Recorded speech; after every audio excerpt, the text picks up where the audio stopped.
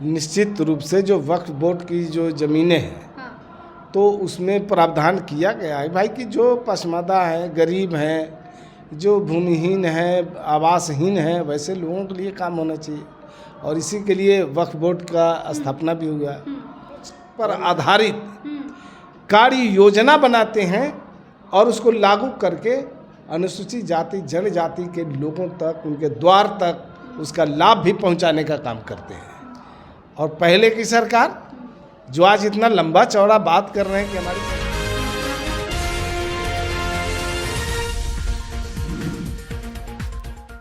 नमस्कार, आप देख रहे हैं न्यूज़ सिटी और मैं हूँ आपके साथ निधि सिंह।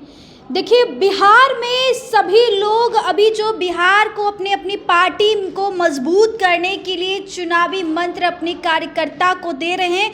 तो वहीं आपको बता दें, नेता प्रतिपक्ष इस बार बिहार विधानसभा चुनाव में एक बहुत बड़ा ऐलान कर दिए, जिसमें बिहार के गरीब लोगों को काफ़ी अब निजात मिलेगा। जी हाँ, गरीब लोगों को अब जमीन आवंटन करने की बात कह दिए हैं। चिराग पासवान की बात हो या फिर एनडीए के तमाम घटक दल के नेता हों, उनकी क्या प्रतिक्रिया। सबसे पहले हम आप पहुंचे हैं, जेडीयू के प्रवक्ता हिमराज राम जी हैं। हिमराज राम जी, क्या कुछ कहिएगा।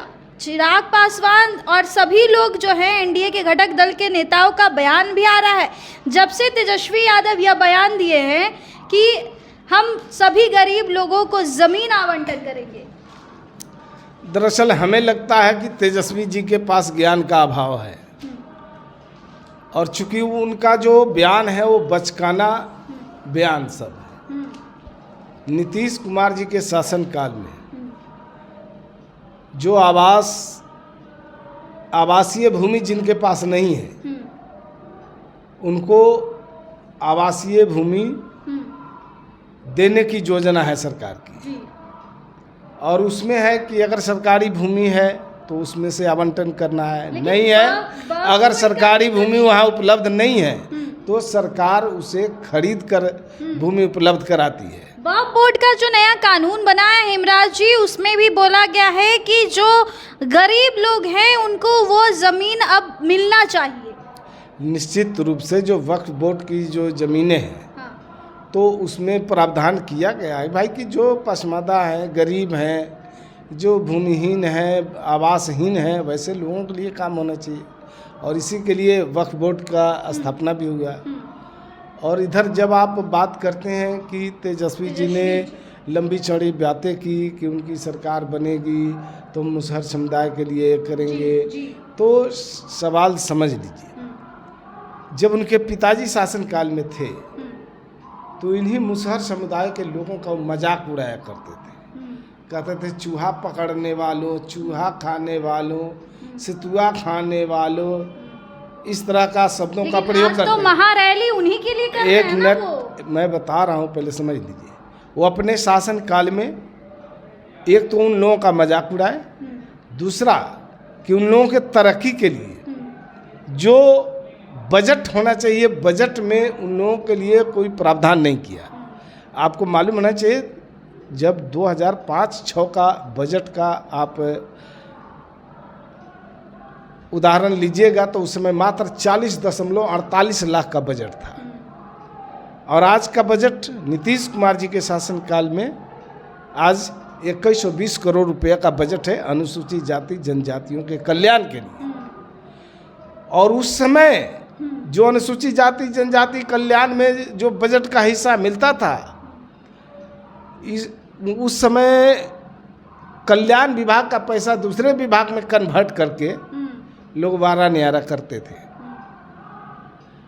और आज फर्क है, आज कल्याण विभाग का पैसा दूसरे मद में खर्चा नहीं हो सकता है, उसको कन्वर्ट नहीं किया जा सकता है।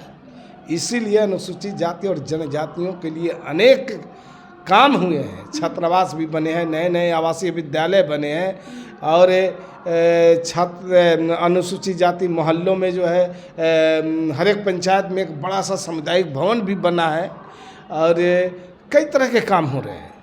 तो ये सब उसी का नतीजा है, चूँकि नीतीश कुमार जी की नीति और नीयत साफ है और नीतीश कुमार जी बाबा साहब डॉक्टर भीमराव अंबेडकर के विचारों से प्रभावित होकर उनके सोच पर आधारित कार्य योजना बनाते हैं और उसको लागू करके अनुसूचित जाति जनजाति के लोगों तक, उनके द्वार तक उसका लाभ भी पहुंचाने का काम करते हैं। और पहले की सरकार जो आज इतना लंबा चौड़ा बात कर रहे हैं कि हमारी सरकार बनेगी तो मैं ये करूँगा, ज़मीन बांटूंगा। अरे आप क्या ज़मीन बांटिएगा?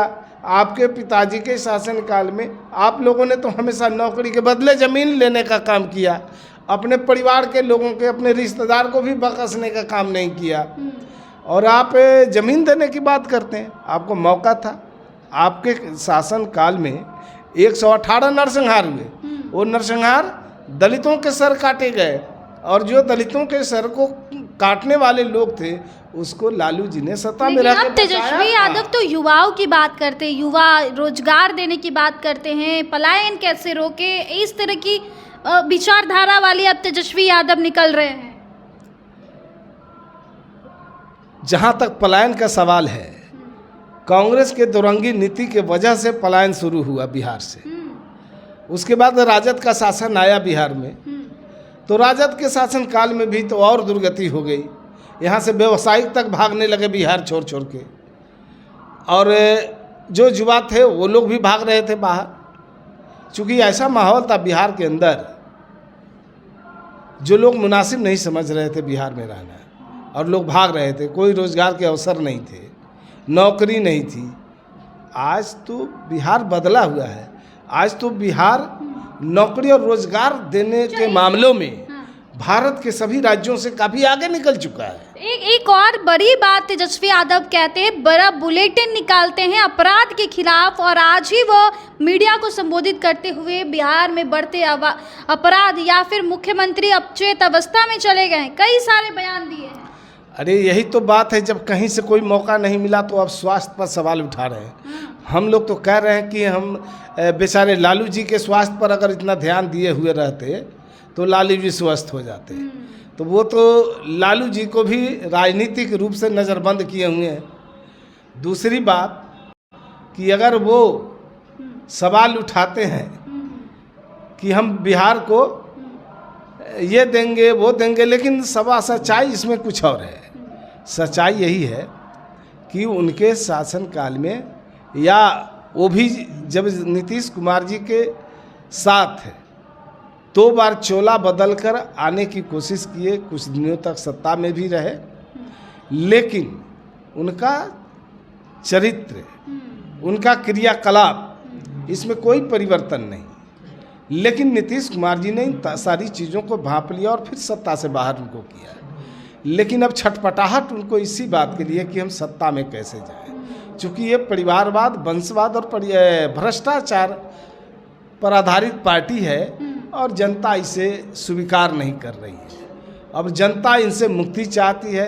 अभी तो विपक्ष में है, आने वाले दिनों में जो 2025 का विधानसभा का चुनाव होगा उसमें विपक्ष के लायक भी इन्हें सीटें नहीं मिली। चलिए, विपक्ष के लायक भी अब बिहार के नेता प्रतिपक्ष तेजस्वी यादव को उतनी भी सीटें नहीं मिलेगी कि वो विपक्ष के नेता बन सकेंगे। फिलहाल आपकी क्या प्रतिक्रिया होगी तेजस्वी यादव की, चाहे वो बुलेटिन जारी अपराध वाली हो, या फिर उनके जो बयान नीतीश कुमार अचेत अवस्था में चले गए, या फिर जो तेजस्वी यादव उन गरीब लोगों को, वो जो लोग को वो वादा किए हैं कि ज़मीन आवंटन करेंगे। क्या लगता है दोस्तों, कमेंट में ज़रूर अपनी प्रतिक्रिया दीजिएगा। बहुत बहुत धन्यवाद।